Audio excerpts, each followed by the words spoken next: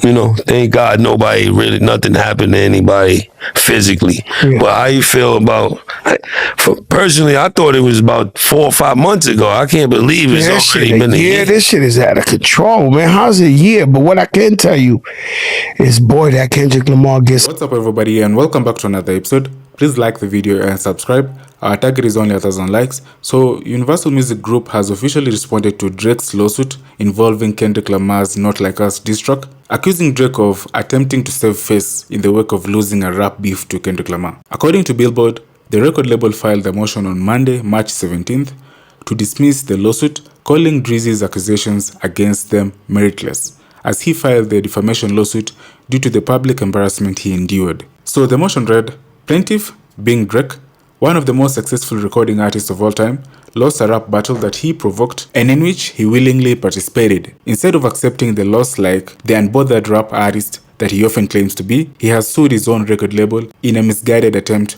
to salve his wounds. 1 year since the Kendrick and Drake discrepancy, what they like to call it beef in the media world, since we in media. We in media now. But thank God nothing happened to anybody physically. Yeah. But how you feel about, personally, I thought it was about 4 or 5 months ago. I can't believe it's already been a year. This shit is out of control, man. How's a year? But what I can tell you is, boy, that Kendrick Lamar gets some spins in the LA radio. Nah. Everybody from LA gets spins on LA. You never seen, when's the last time you went and put on the radio in LA? I was there last week. I was there like last week too. Bro, I never seen nothing like this. Like every single song, they like to turn the TV off. The other one, this, that, the scissor, the Luther, the this, like what? It's spinning. It's a fact. Kendrick Lamar gets played 9 out of every 10 songs in LA right now. Not even Snoop Dogg, not even Tupac Shakur, nobody from LA has dominated the paint.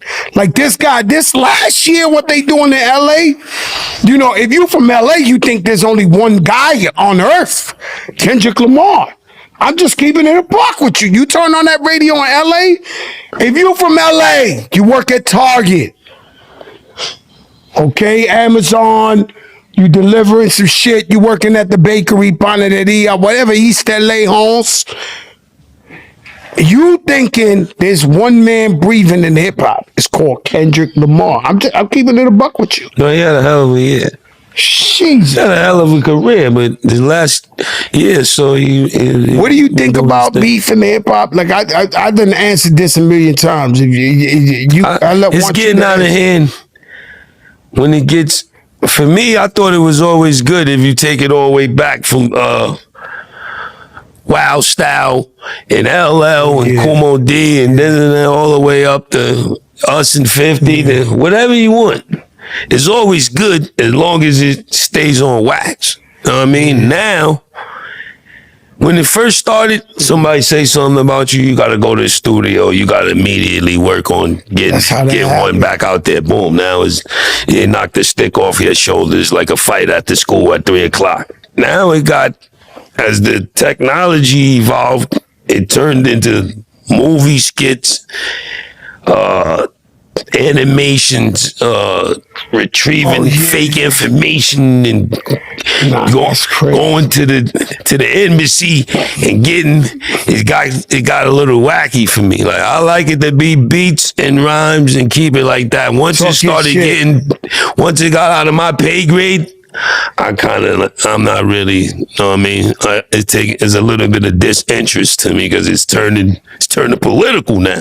Supposed to be it is. Beats and rhymes, mics, DJs. There's even lawsuits behind rap diss records now.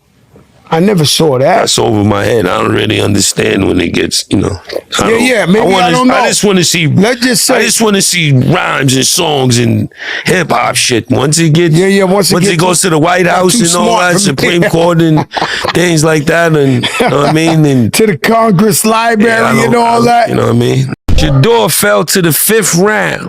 How you feel about that? What you think was involved? What you think made that happen? Do you think that was always going to happen? Do you think it's some knocks because he come from a wealthy, smart, Hall of Fame dad and he's doing this with watches and big Hercs and Rolls Royces and think that made the team owners a little mad and shy away? What do you think it was?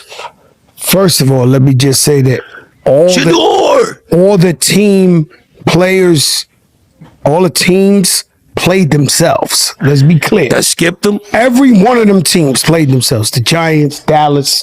The first thing I told them was like, yo, you think Dallas is they passed on them 5 times? Dallas? They got my man, Dallas never winning with them. They gave Dak with my man. $1 billion. They can't. He's there for good looks. Dak Prescott is simply a good-looking guy. He gets the money. He gets the endorsements. He's not winning shit. And Rich, my brother's a Dallas fan, and I gotta join with him. How do you pass on Shador 5 times? Like, you gotta be on crack. Not 5 times, 5 rounds. 5 rounds is they picked 4 other guys in front of him, and every single team, even Cleveland, who picked him, they picked somebody before. There's a lot of rounds. He got picked 100 and something or something. Once again, I'm gonna tell you, every single team in the NFL played themselves. You see how with LeBron, Bronny, they made sure nobody would pick him? And he was like, yo, don't pick him. He got to come play with his father. And everybody fell back. That was the blueprint of this shit. They just all got together, all the owners. We're going to teach him a lesson. I think it was different, crack. Bron is inside the organization. He could talk to Genie. He could talk to Rob Pelinka. He could do that. No, but other teams, why the Knicks ain't pick him? Why the Raptors ain't pick him? Why nobody? Because they told the whole league, you can't tell nobody. I'm telling you, that's what they did. Like that. That's what they did. Paul and them guys who fucking managed all the biggest. Rich Paul and them was like, you better not pick Bronny. He got to play with his father. But let's just say this is the reverse of that in the NFL. They definitely told all the owners, we teaching this kid a lesson. We not picking him. And with the problem with that, the problem I got with that, right, is I don't know Dion like you guys might know him. All I know him for is saying God is great. God is good. He's a family man. He takes care of his kids. He coaches kids. He mentors. I don't know how that would upset every owner of the National Football League to not pick his son. Like, it's not like, to me, I don't look at Dion as problematic. It's not that. He already stars. Dion, all his kids, they already famous. It's probably some, I don't know why. He should have been the top 10, top 5, if you ask me. Listen, Cleveland, I mean, the numbers don't lie. They immediately sold more jerseys than every other rookie in the whole league. He sold more jerseys. He's going to sell out the stands and jerseys and all that, but the owners and the GMs want to see wins.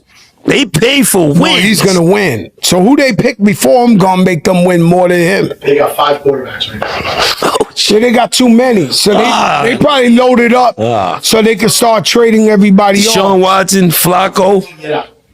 They want to get, but he's still there as of now. Yeah. He's there. Flacco is like really old school, right? Well, Flacco's efficient for 1 year wherever he go.